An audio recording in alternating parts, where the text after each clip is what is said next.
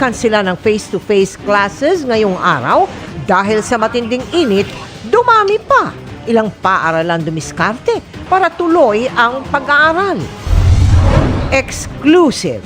Lalaki, nadukutan na ng cellphone, nalimas pa ang laman ng e-wallet. First amount was 40,000 and next amount is 49,000. Nag-apply sila ng loan amounting to 25,000. Isa pang exclusive, nag-alok ng pag-aayos ng annulment kapalit ng ₱250,000 na bistong scam. Hawaan ng kuto ngayong mainit ang panahon, paano maiiwasan?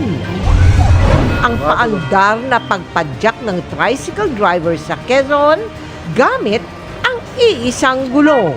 Kuya Kim, ano na?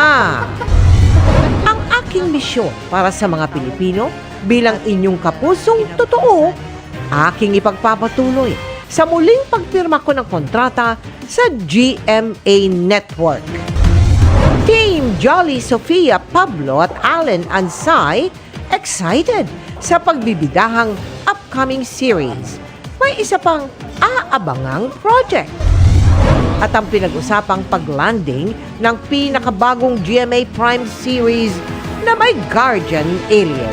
Pinusuan ng mga manonood at netizens. Live mula sa GMA Network Center, 20 taon nang nakatutok. 24 oras.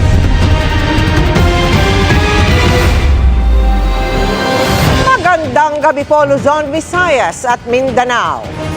Nadagdagan pa ang mga nagkansela ng face-to-face classes sa bansa, bagamat nabawasan ang mga lugar na pumalo sa danger level ang heat index o damang init. Ang pinakamataas na heat index kanina naramdaman sa Giwan Eastern Samar na pumalo sa 46 degrees Celsius. Bukod sa module, online o blended learning sa mga klase, kanya-kanyang diskarte na rin ang ilang lokal na pamahalaan. At yan po ang tinutukan ni Bernadette Reyes. Dinatnan kung sarado ang mga